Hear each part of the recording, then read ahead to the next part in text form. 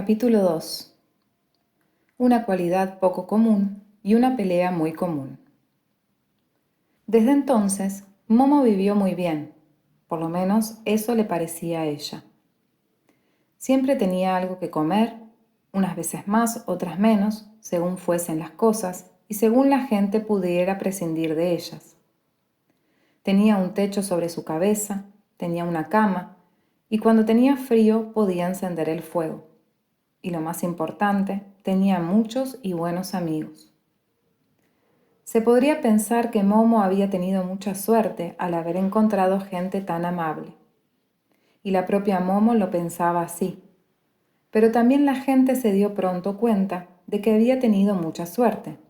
Necesitaban a Momo y se preguntaban cómo habían podido pasar sin ella antes. Y cuanto más tiempo se quedaba con ellos la niña, tanto más imprescindible se hacía, tan imprescindible que todos temían que algún día pudiera marcharse. De ahí viene que Momo tuviera muchas visitas. Casi siempre se veía a alguien sentado con ella, que le hablaba solícitamente. Y el que la necesitaba y no podía ir, la mandaba a buscar. Y a quien todavía no se había dado cuenta de que la necesitaba, le decían los demás: «Vete con Momo». Estas palabras se convirtieron en una frase hecha entre la gente de las cercanías.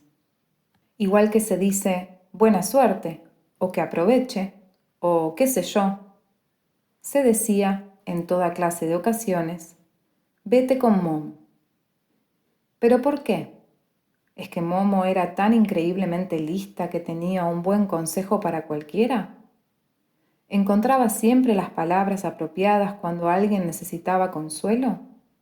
¿Sabía hacer juicios sabios y justos? No, Momo, como cualquier otro niño, no sabía hacer nada de todo eso. Entonces, ¿es que Momo sabía algo que ponía a la gente de buen humor?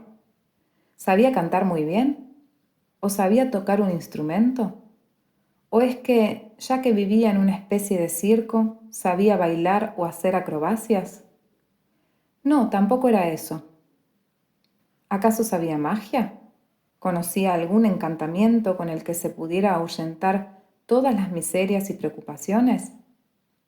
¿Sabía leer en las líneas de la mano o predecir el futuro de cualquier otro modo? Nada de eso. Lo que la pequeña Momo sabía hacer como nadie era escuchar.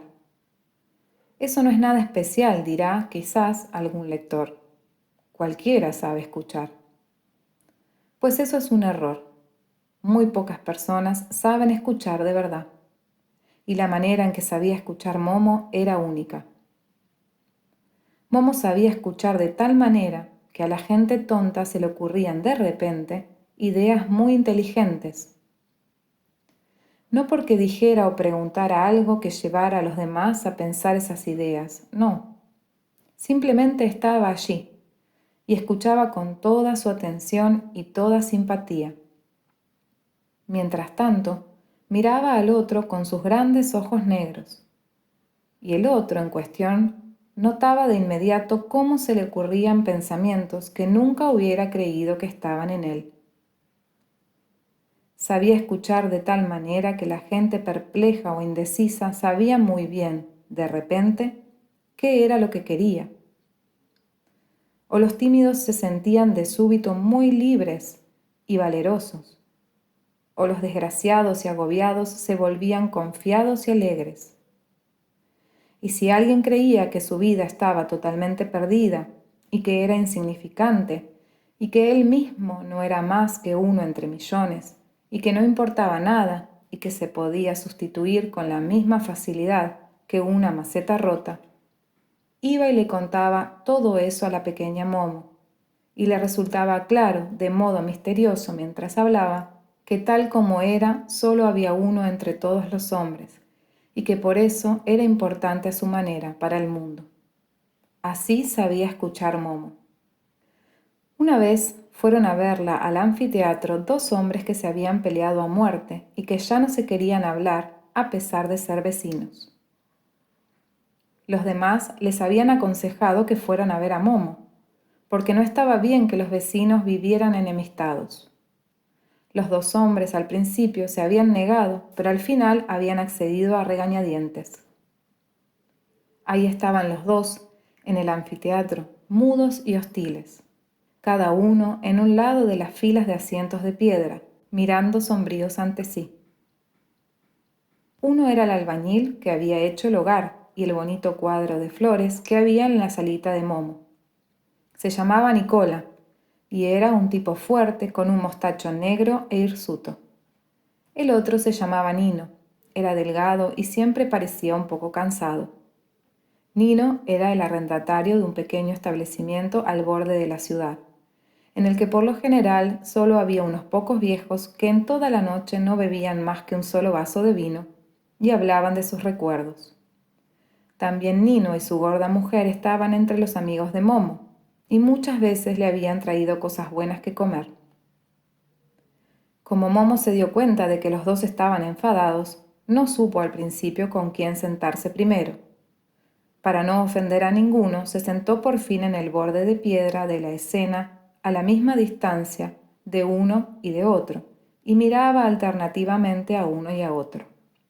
Simplemente esperaba a ver qué ocurría. Algunas cosas necesitan su tiempo, y tiempo era lo único que Momo tenía de sobra.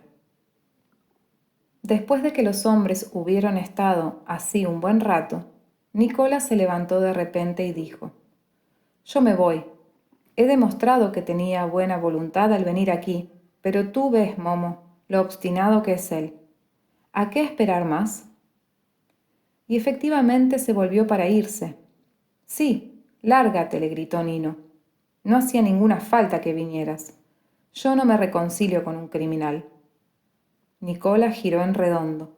Su cara estaba roja de ira. «¿Quién es un criminal?», preguntó en tono amenazador y volvió a su sitio. «Repítelo». «Lo repetiré cuantas veces quieras», gritó Nino. «¿Tú te crees que porque eres grande y fuerte nadie se atreve a decirte las verdades a la cara? Yo me atrevo y te las cantaré a ti y a cualquiera que quiera escucharlas. Adelante, ven y mátame, como ya dijiste una vez que harías». «Ojalá lo hubiese hecho», chilló Nicola y apretó los puños. «Ya ves, Momo, cómo miente y calumnia. Solo lo agarré una vez por el cuello y lo tiré al charco que hay detrás de su covacha. Allí no se ahoga ni una rata». Volviéndose de nuevo a Nino, gritó: «Por desgracia vives todavía, como se puede ver». Durante un rato volaron en una y otra dirección los peores insultos, y Momo no podía entender de qué iba la cosa y por qué estaban tan enfadados los dos. Pero poco a poco fue sabiendo que Nicola solo había cometido aquella salvajada porque Nino, antes, le había dado una bofetada delante de algunos de sus parroquianos. A eso, por su parte, le había antecedido el intento de Nicola de hacer añicos toda la vajilla de Nino. «No es verdad», se defendió amargamente Nicola. «Solo tiré a la pared una sola jarra que además ya tenía una grieta». «Pero la jarra era mía, ¿sabes?», respondió Nino. «Y además no tienes derecho a eso». Nicola pensaba que sí tenía derecho a eso, porque Nino lo había ofendido en su honor de albañil. «¿Sabes lo que dijo de mí?», gritó dirigiéndose a Momo. «Dijo que yo no era capaz de construir una pared derecha, porque estaba borracho día y noche.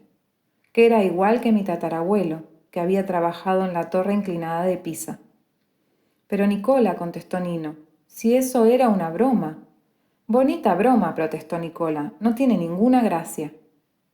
Resultó que Nino solo había devuelto una broma anterior de Nicola, porque una mañana se había encontrado con que en su puerta habían escrito con grandes letras rojas: «Venteros y gatos, todos latros».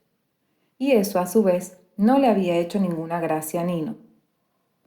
Durante un rato se pelearon, muy en serio, sobre cuál de las bromas era peor, y volvieron a encolerizarse. Pero de repente se quedaron cortados. Momo los miraba con grandes ojos, y ninguno de los dos podía explicarse bien su mirada. ¿Es que por dentro se estaba riendo de ellos? ¿O estaba triste? Su cara no se lo decía, pero a los dos hombres les pareció de repente que se veían a sí mismos en un espejo y comenzaron a sentir vergüenza. Bien, dijo Nicola. Puede ser que no debiera haber escrito aquello en tu puerta, Nino. No lo hubiera hecho si tú no te hubieras negado a servirme un vaso de vino más. Eso iba contra la ley, ¿sabes? Porque siempre te he pagado y no tenías ninguna razón para tratarme así. Ya lo creo que la tenía, contestó Nino.